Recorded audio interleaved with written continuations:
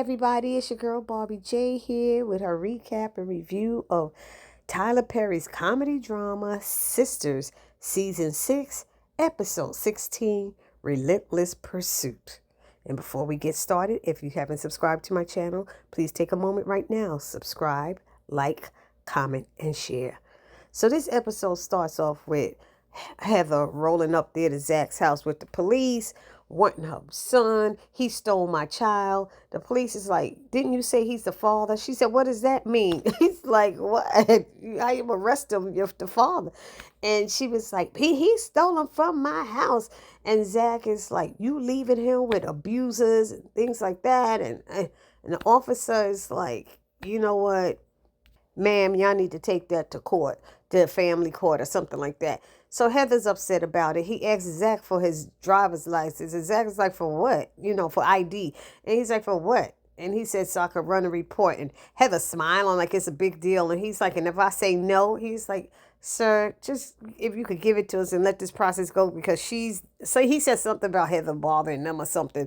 So he let him run it. Meanwhile, Heather and Zack are going back and forth now. And she's like, well, the baby's slow. He's like, he's still in Pampers. She gonna tell him about he's slow, and that's why he don't talk, and it must be from your side of the family, and I have to work, and they ain't nobody abusing him. He's like, look at him. Look at his back. Look at this. Well, you tried raising a child and work and all of this stuff. She made all these excuses. She told me she been talking to her girls, the strippers, he called them the hoes, and saying that, they saying don't sign nothing. You could get so much more. He said, so you want to listen to them. He said, just leave the child with me. He was saying that in front of the officer. And she was like, no, why should I leave him with you? Then you won't pay me my money for child support. He said, I'll give you the money. I just want to make sure my son is being taken care of. She said, no. And that's when she said she was talking to her girls. So she walked away and left, and the officer came back with the ID and said, sir, get her to court. Go get to court as soon as possible. And he's like, what's court going to do? Meanwhile, she's still with the baby. And he said, am I under arrest, Zack? He said, no. He said, so if I go back and get my child, are y'all going to arrest me? He said, sorry, sir. That's all he kept saying is sorry. He had no real answers for Zack. Anyway, so the officer walked away, and Zack was like, this is some BS. And he got in his car. But honestly, I'm with Zack. This is some BS. Okay, so now we're at Hayden's house, and Tamara shows up. Hayden is so ecstatic, and she said she was coming to get her things. She was timing it so that she came when he was leaving. I said, what, you thought he was going to let you in his house by yourself? But anyway, she sits down. He tells her it's good to see her. And she's like, really?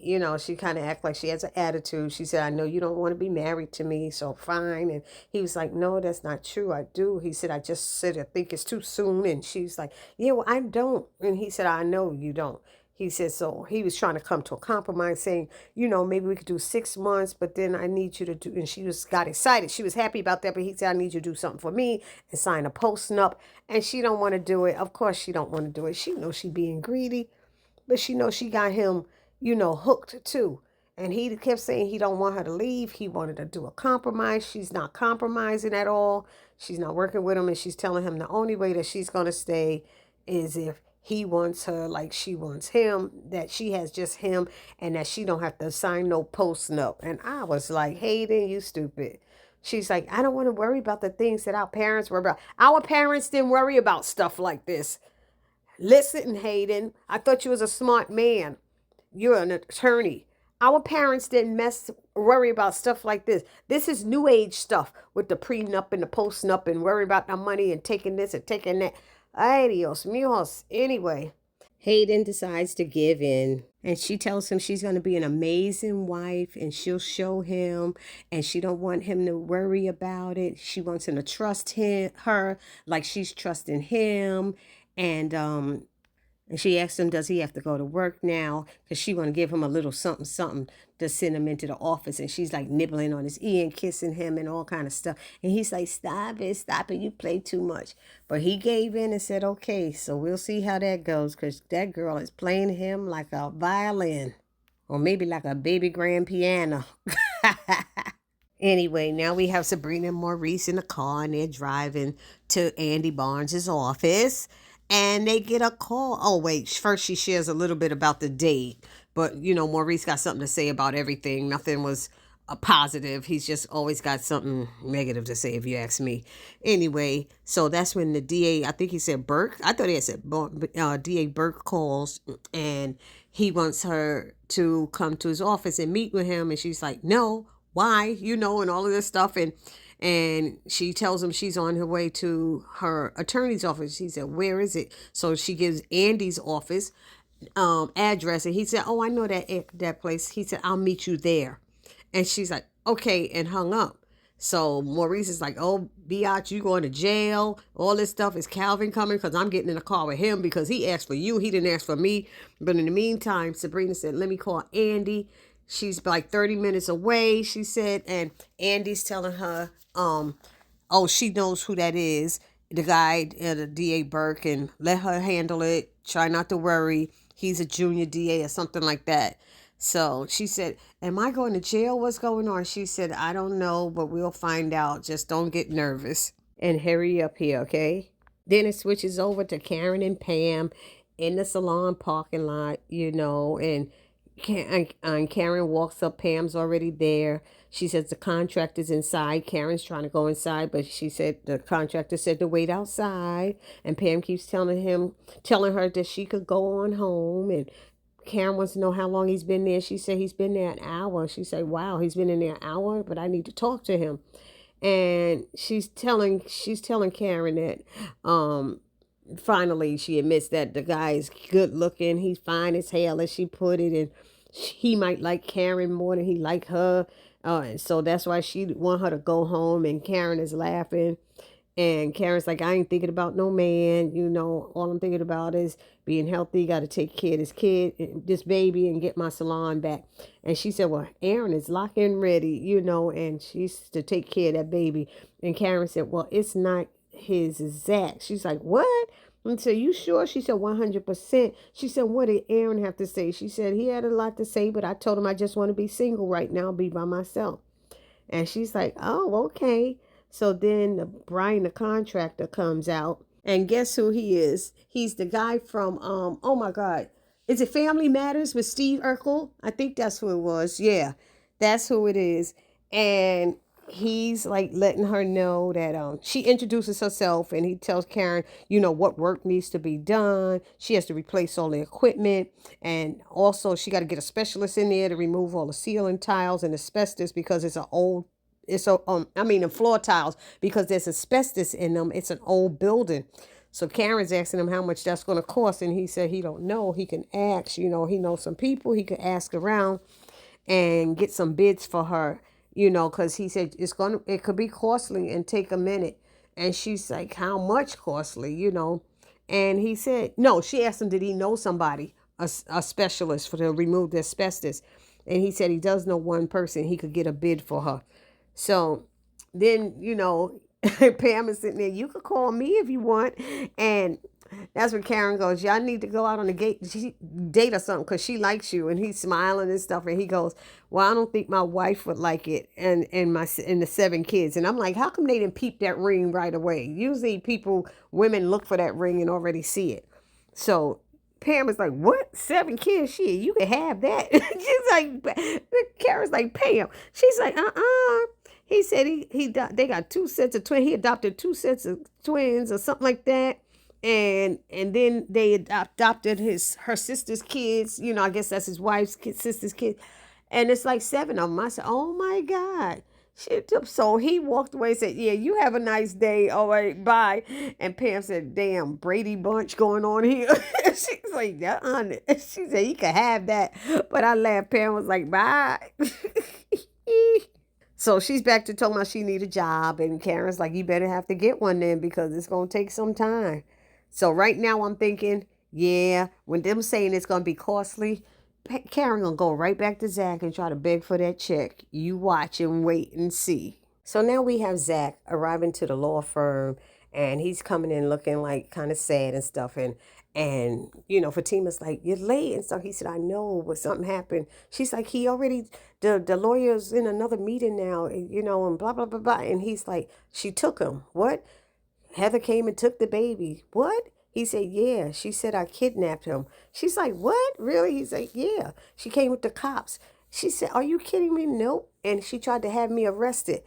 And she said, what did the cops say? He said that we have to take him to court. She said, then that's what we'll do. She said, you know how long that'll take? And she's like, we'll get an emergency hearing. He said, is that such thing? Yes, that's a such thing. That's what we'll do. Then she said, let's wait around till he finishes in this meeting. He's been in there a minute. Then we have Maurice and Sabrina walk in, and Zack is just like with an attitude. He's upset. Sabrina says hi to him, and he says hi back. And Fatima, of course, she greets them and says, you coming to see Andy? I'll take you to her. And Maurice is acting on, and he's like, you don't remember me, huh? To Zack. And Zack's like, no. And he's like, the bank, I let you use you had the, what is it? The wallet with the Velcro. And Zack is like, oh, snap. He gonna bring that up, okay? But, this is what we're talking about, how Maurice acts. He's in a situation, you're in a law firm, and you're still acting like, oh, you need to take me out because I'm a bad biatch and you should do this. And Zach's like, why would I take you out? Because I allowed you to do that, come into the bank. And you didn't allow him nothing. The bank is free. You don't own a daggone bank, Maurice. But he's acting silly and saying these things. And this is the stuff that people don't like about him when he do that. And then you got Zack trying to get away from him yelling, Fatima, Andy, anybody get this guy? It's like, really, Maurice? But Zack said, oh, I didn't recognize you without the uniform. And he said, you got a lot of stuff going on, because he was like, I'm depressed at it and impressed at it, and he was making up these words. And Zack was like, nah. That's when he started calling everybody to get away from him. Anyway, so they get into Andy's office. She speaks to Maurice. Maurice doesn't even speak back. He's so busy looking around and checking out her office that he just sat down and was like, oh, fancy this, saying stuff. And she's like, okay, thank you very much, Maurice. And he finally sits down. And Andy lets them know that she spoke to the assistant DA and he's on his way there. And this is highly unusual, but there's nothing to worry about yet. Oh, that's easy for you to say, yes. She said, look, we don't have a reason to worry yet. Anybody want any coffee or tea? And he's like, Maurice is like, you got any Cabernet or this and that? She's like, no, I only have coffee and tea. Well, then he says something and calls her a biatch.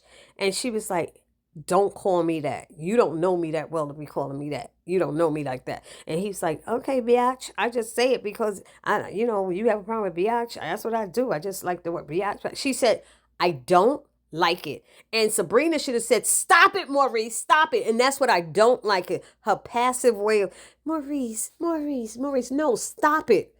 That's the problem. And that's why Bio doesn't like him, Sabrina. That's why Bio doesn't like him, because of stuff like that. Yes, your girlfriend. You've known her since college, and you letting him call her biatch even after she told him she don't like it. And then he said, okay, ho, you gonna call? And then she's like, really? He said, you have any sparkling water? She said, coffee or tea? And he looked at pass with an attitude.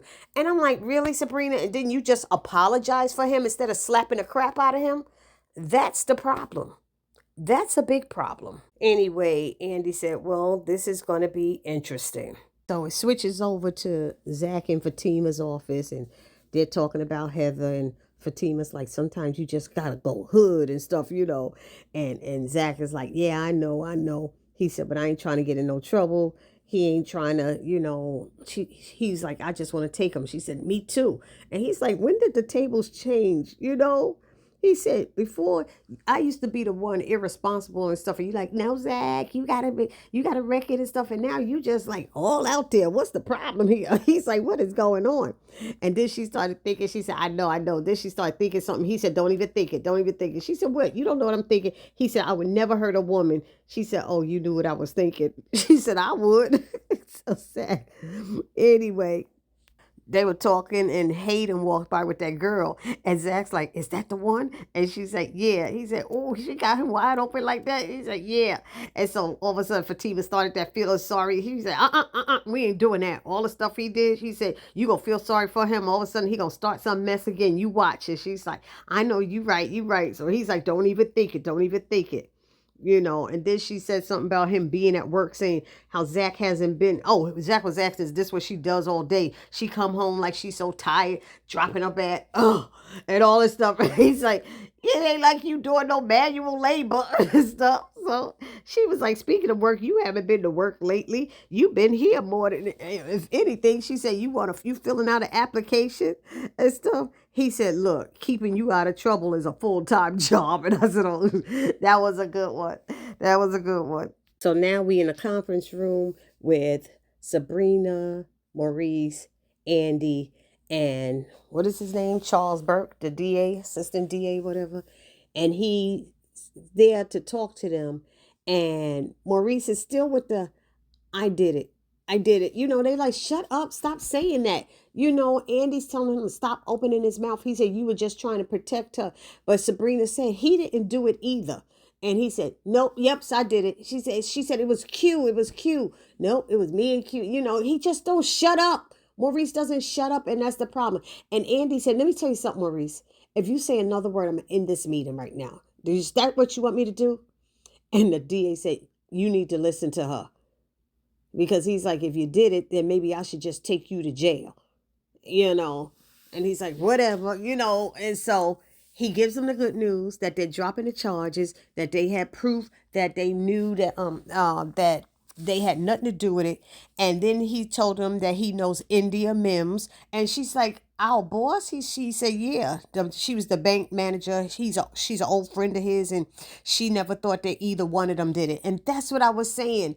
The bank should have been the one that's saying, we want them arrested. I don't understand how the police could come up in there and start taking over when they're the ones who the police came and got them.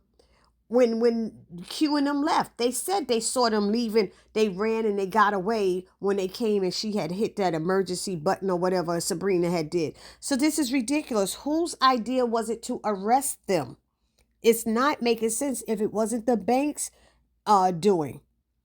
Anyhow, he said something about them wanting to get the job back, and Maurice is still acting up like he doesn't think that it should be, that it's over. It's not over. And he tells Maurice, you need to be careful of the type of company you keep. And Maurice goes, who the F is he talking to? He looking around and stuff and acting stupid. And I said, there's another reason why people have for not liking Maurice or wanting to be around Maurice and who Maurice is. And Sabrina is not acknowledging it. She didn't say a word. She's just like so passive. I don't know. It just goes through, I don't know, like she's an airhead and don't get it sometimes. But anyway, they're excited. It's over. Everybody's happy.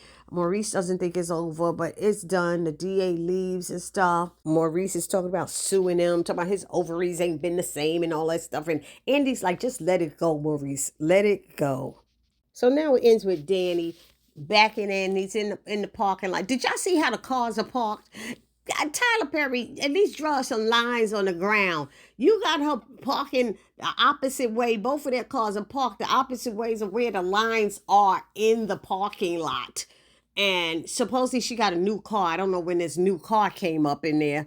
She's like, oh, her other car was in an accident. That was like weeks ago or something. I don't know what this is. But anyway, he's telling her that he just got off the phone with Jordan. Jordan's scared to call Andy back. And they having this whole conversation about him calling Andy back and how he liked her and thought she was classy and stuff. And he's saying how he'll make sure that he calls and all this stuff. I said, what are we talking about? They already have plans to go to his house tonight. Why does he need to call? There's plans to go to the house tonight. There's no other reason to call other than to say, what time will you be arriving? Or this is the time that dinner will be served. And please come this time. And Danny's talking about, oh, she got another friend. Do they have another friend? Who's this other friend? Karen ain't interested in meeting nobody. Let her stay home and pregnant and stuff. That's the whole purpose. That was the whole purpose. Y'all met them on your own. You don't have to drag Karen along. That's the only other friend I could think of she has. And he's letting her know that he put in that text. Did you get my text last night? I put it in code because I didn't know about Preston. And she's like, oh, that's not necessary. You don't need to know. And she's acting like they're not that serious. And it's not, I'm like, Danny, really, Danny? And I'm trying to understand why Tony is saying Jordan has no game. Isn't Jordan the one that's going to be running for political office next season? He's the one that was the professional basketball player, whatever. How is it that he has no game? He don't even need to have game. If he's that bad, he could cook, he could play ball, and he good looking, and he gonna be running for political office. He have women and coochie being thrown at him all the time. So anyway, Tony is telling, Danny that he want a chance to shoot his shot and try not to keep it so serious with Preston and stuff. And he said, you like me. And Danny's like, yeah, you like me and I like you, or something like that. They going back and forth with the like and stuff. And I'm like, oh God, stop. And they acting like they gonna go in the van and have sex. And then they playing this game, playing each other's bluff. And then guess what happens? Tony says to Danny, you let me know when you leave Preston. And she made a look at him, and Preston said, what about me? And he came up behind Danny. I said, oh my God. He knew something was up. That's why he followed her behind. He knew she was going to work early for a reason. She made it so obvious that something was wrong. That's why he kept asking, are we good? And that's what she get. Y'all let me know down in the comment section what y'all thought about this episode. And I will see you all in the next video. Please don't forget to subscribe, like, comment, and share. Subscribe, like, comment, and share. And I will see you all in the next one. Peace.